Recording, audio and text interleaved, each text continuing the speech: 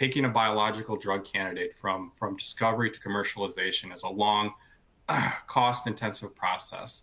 Therefore, leveraging expertise from a reliable CDMO with the right capabilities and resources can streamline the drug development journey.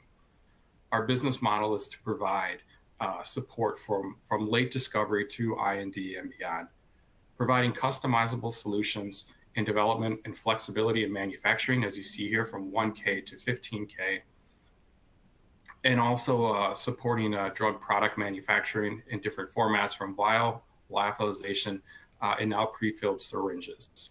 Hopefully, I was able to kind of tell the story of kind of Samsung's early development services, agile, flexible, focused on you, right? With fully integrated development and manufacturing services to provide that smooth transition into GMP manufacturing with accelerated timelines, excellent quality, and tailored support.